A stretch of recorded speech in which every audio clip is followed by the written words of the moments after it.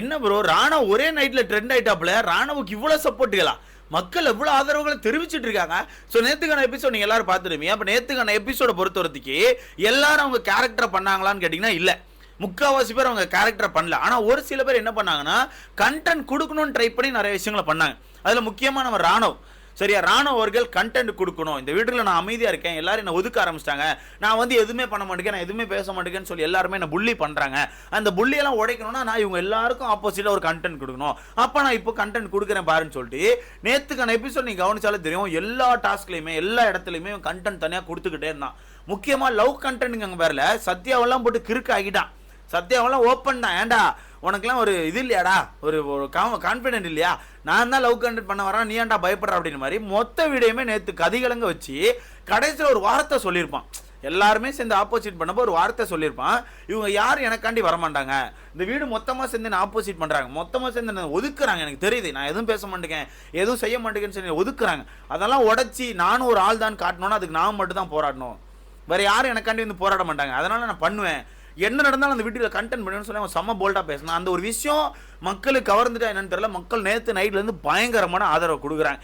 இந்த இடத்துல நான் அந்த விஷயத்தை ரெண்டு விஷயமா பார்க்குறேன். ஆக்சுவலாக ஒன்று, மக்களுக்கான ஆதரவு கண்டிப்பாக வருது, ஓகேவா, அது இல்லைன்னு சொல்ல, ஆனாலுமே அவனுக்கு கொடுத்துருக்க கேரக்டர் என்ன, லாஸ்ட் பெஞ்ச் ஸ்டூடெண்ட், அது மட்டும் இல்லாமல் ஒரு மக்கும் கூட. ஆனால் அந்த ரெண்டையுமே அவன் பண்ணானான்னு கேட்டால் இல்லை, அந்த ரெண்டையுமே தவிர்த்து தனியாக ஒரு ஆக்டிவிட்டி பண்ணோம், தனியாக ஒரு கண்டென்ட் பண்ணணும்னு சொல்லி தான் அவ்வளோ ஒரு எஃபர்ட் போட்டுட்டு இருந்தான், ஓகேவா. ஏன்னா ஒவ்வொரு மேடம் கிளாஸ் எடுக்கும்போது அந்த மேடம் எப்படி கிறுக்காக்கலாம், எந்த வகையில் கிறுக்காக்கலாம்னு சொல்லிட்டு நிறைய யோசித்து பண்ணான், இல்லைன்னு சொல்லவே மாட்டோம், அந்த அளவுக்கு நீட்டாக பண்ணான். அது இருந்தாலுமே வீட்டில் இருக்க நிறைய பேர் ட்ரிகர் பண்ணியிருக்கு. இப்போ வெளியே இருக்க மக்களுக்கு ஓகே ஏதோ கண்டென்ட் கொடுக்க ஆரம்பிச்சான்னு யோசிச்சாங்க. இதை நான் பார்க்கும்போது அருண் மாதிரி தான் நானும் பார்க்குறேன்.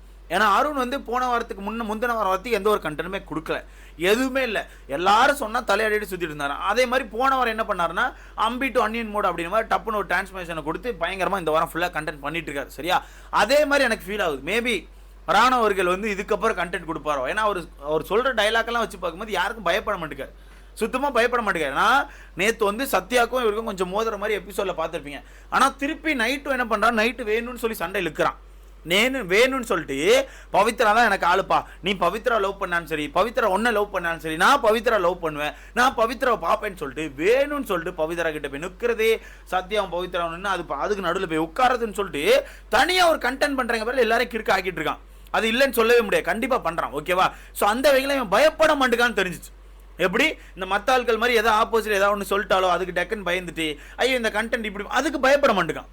சத்யா மிரட்டுறான் ஓப்பனா, உன்னை பார்த்தா எனக்கு வெறுப்பாக அடிச்சு போடுவான்டா போயிடுறா அப்படின்ற மாதிரி சத்யா ஓப்பனாக மிரட்டுறான். அது ஆக்சுவலாக டாஸ்க் பேஸில் தான் மிரட்டுறான், இல்லைன்னு சொல்ல.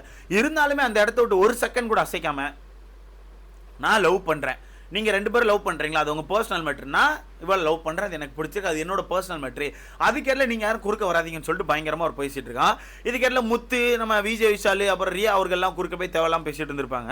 ஏன்னா அவங்க ரெண்டு பேர் கண்டென்ட் பண்ணுறாங்கடா, அவங்க ரெண்டு பேர் லவ் பண்ணுறாங்க, அதுக்கேரல நீ ஏன்டா போகிற, நீ ஏதாவது வேறு ஏதாவது தனியாக கண்டென்ட் கொடுக்குறா, நீ ஏன்டா அதுக்குள்ளே போயிட்டு இருக்கேன்னு சொல்லிட்டு பயங்கரமாக பேசியிருப்பாங்க. இல்லை ரியா அவர்களுக்கு பயங்கரமான மூக்கோடச்செல்லாம் அவங்க கொடுத்துருப்பான் வெறித்தனமாக. பாரு அவங்க ரெண்டு பேரும் கப்புள்ஸாக இருக்காங்கன்னா அதுக்கு நான் லவ் பண்ணக்கூடாதுன்னு என்ன இருக்குது, என்னோட லவ் வந்து ஒரிஜினல்.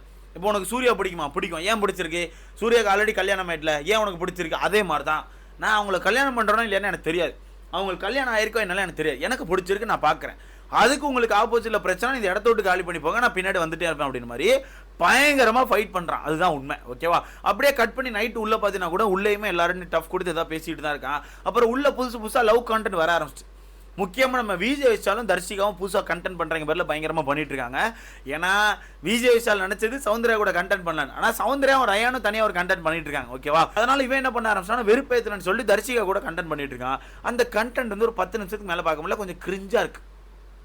எப்படி கிரிஞ்சாக இருக்கு, நேற்று நைட்டு பூரா அவனை கிரிஞ்சு தான் பண்ணான ப்ரோ, கிரிஞ்சு மட்டுமே பண்ணிட்டு இருக்கான், வேற ஒரு சொட்டு கண்டென்ட் கொடுக்க மாட்டேங்கான், கிரிஞ்சை மட்டுமே தரமாக கொடுக்குறான்.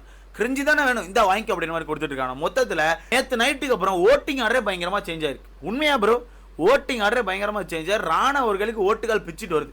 இப்போ நேற்று நைட்டு எல்லாம் முடிஞ்சு எல்லாம் கப்பல்ஸ் அப்போ எல்லாம் வந்து அப்படியே அவன் ஹாஸ்டல் போய் தூங்கின பிறகு கூட இப்போ வெளியே வந்து சோசியல் மீடியா சைடில் போய் பார்த்தீங்கன்னா ராணுவ பற்றி தான் பேசிட்டு இருக்காங்க. நேற்று நான் கடைசியாக போட்ட வீடியோ கமெண்ட் செக்ஷனில் கூட ராணுவ பற்றி தான் பேசிட்டு இருக்காங்க. பாவம் ப்ரோ, அந்த மனுஷன் எல்லாம் ஒதுக்குறாங்க, இருந்தாலும் அந்த மனுஷன் அவன் எனக்காண்டி நான் தான் போராடுன்னு சொல்லி போராடுறான்ல, அது வேற லெவல் ப்ரோன்னு சொல்லிட்டு பயங்கரமாக இது பண்ணிட்டு இருக்காங்க.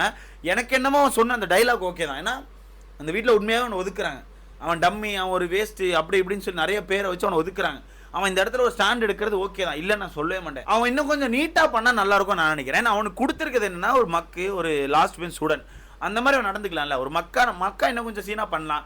ஏதாவது வந்து டீச்சர் கேட்குமோ அந்த இடத்துல போயிட்டு தெரிஞ்ச மாதிரி போயிட்டு எதுவும் தெரியாத மாதிரி தப்பா ஒப்பிக்கலாம். அந்த மாதிரி நல்லா பண்ணா கூட நல்லா தான் இருக்கும். ஓகேவா? நம்ம ராணுவர்கள் எடுத்திருக்க ஸ்ட்ராட்டஜி என்ன, இருக்க ஆண்கள் என்ன கிறுக்காய்க்கு ஒன்று பண்ணணும்னு சொல்லி முடிவு பண்ணிட்டு அதுதான் பண்ணிக்கிட்டு இருக்கான். ஓகேவா? அது மட்டும் தான் பண்ணிட்டு இருக்கான். இதுல ஆக்சுவலா ராணுவக்கான ஓட்டுகள்லாம் எனக்கு தெரிஞ்சு 9வது இடத்துல 10வது இடத்துல இருந்துச்சு நான் நினைக்கிறேன். ஆமா 8வது இடத்துல இல்ல 9வது இடத்துல இருந்துச்சு. பட் இப்ப தலைவர் ஓட்டுகளை பிச்சு பிடிக்க வாங்கி மேல போயிட்டார். ஓகேவா? நான் கீழே இருக்க ஓட்டுகளை மட்டும் சொல்றேன். பட் எப்பவும் போல மேல இருக்க ஒரு 3 பேர் யாருன்னு தெரியும். நம்ம சவுந்தர அவர்கள் முதல் இடத்தை பிடிச்சிருக்காங்க, ஒரு 42,000 ஓட்டுகள். அப்புறம் 2வது இடத்துல நம்ம ஜெஃப்ரி ஒரு 25,000 ஓட்டுகள். 3வது இடத்துல தீபக் ஒரு 23,000 ஓட்டுகள். இவங்க 3 பேர் தான் முதல் இடத்தை பிடிச்சிருக்காங்க. 4வது ஜாக்லின் கூட நீங்க வச்சுக்கலாம், ஒரு 17,000 ஓட்டுகள் எடுத்து 4வது இடத்தை பிடிச்சிருக்காங்க. அப்படியே கீழே பார்த்தீங்கன்னா எப்பவும் போல நம்ம ரியா தான் கீழே இருக்காங்க. ஓகேவா? ஒரு 2,800 ஓட்டுகள் எடுத்து ரியா அவர்கள் தான் கீழே இருக்காங்க.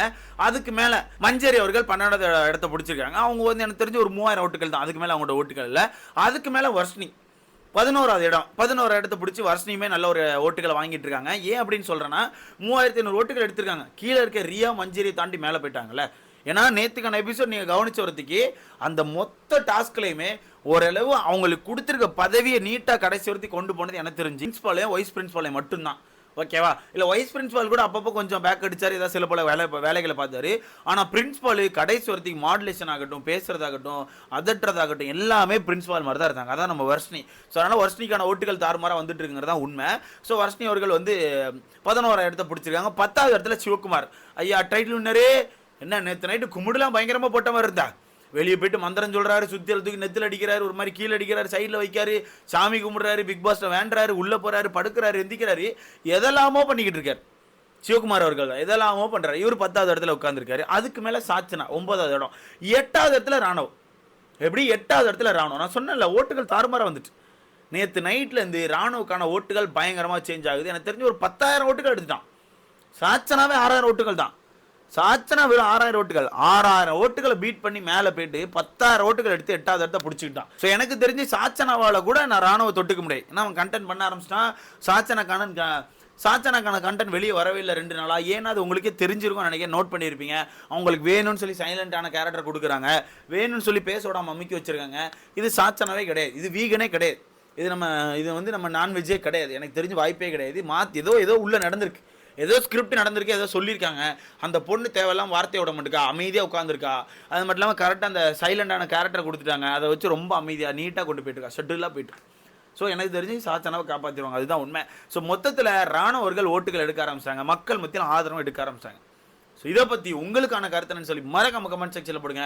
மொத்தத்தில் சொல்லப்போனால் இவனை யாருமே காலையில் கண்டென்ட் கொடுக்க மாட்டேங்கான, நைட்டு 3 மணிக்கு அப்புறம் தான் கண்டென்ட் கொடுக்குறாங்க. இப்படி 3 மணிக்கு அப்புறம் தான் உட்காந்து டைட்டில் வின்னர் மாதிரி பேசுறது, கேமரா பார்த்து பேசுறது, வானத்தை பார்த்து பேசுறது, லெட்டர் எழுதுறேன்னு சொல்லிட்டு கண்ட மணிக்கு பண்ணிட்டு இருக்காங்க. இது எங்கிட்ட போய் முடிப்பேன்னு எனக்கு தெரியல. ஸோ இதை பற்றி உங்களுக்கான கருத்துக்கள் என்னன்னு சொல்லி மறக்காம கமெண்ட் செக்ஷனில் போடுங்க. இந்த 13 பேர் இருக்காங்களா இந்த நாமினேஷன், இந்த 13 பேரில் 2 பேர் யார் போனால் கரெக்டாகனு சொல்லி உங்களுக்கான கருத்துக்களை சொல்லுங்கள். எனக்கு தெரிஞ்சு ரியா அவுட்டு. ஓகேவா? எனக்கு தெரிஞ்சு ரியா அவுட்டு. அடுத்த கட்டமாக சிவகுமார் தான் இருக்காரு. பட் சிவகுமார் அவ்வளோ சீக்கிரத்தில் வெளியே போகிறான்னு கேட்டால் எனக்கு தெரியல. பட் இப்போ வாங்குற நெகட்டிவ் பார்த்தா வெளியே போட்டுருவான்னு நினைக்கிறேன். ஸோ எனக்கு தெரிஞ்சு நம்ம வர்ஷினியும் ரியாவும் அவுட்டு நான் நினைக்கிறேன். பட் வர்ஷினி வந்து ஏதோ ஒரு டவுட் இருக்குது, வர்ஷினியை உள்ளே வைப்பாங்கன்னு சொல்லி எனக்கு கரெக்டாக தெரியல. வெயிட் பண்ணி பார்க்கலாம் எனக்குன்னு சொல்லி யார் 2 பேர் வெளியே போனால் நல்லா இருக்கும். உங்களுக்கான கருத்துக்களை கமெண்ட் செக்ஷனில் போட நான் தெரியும்.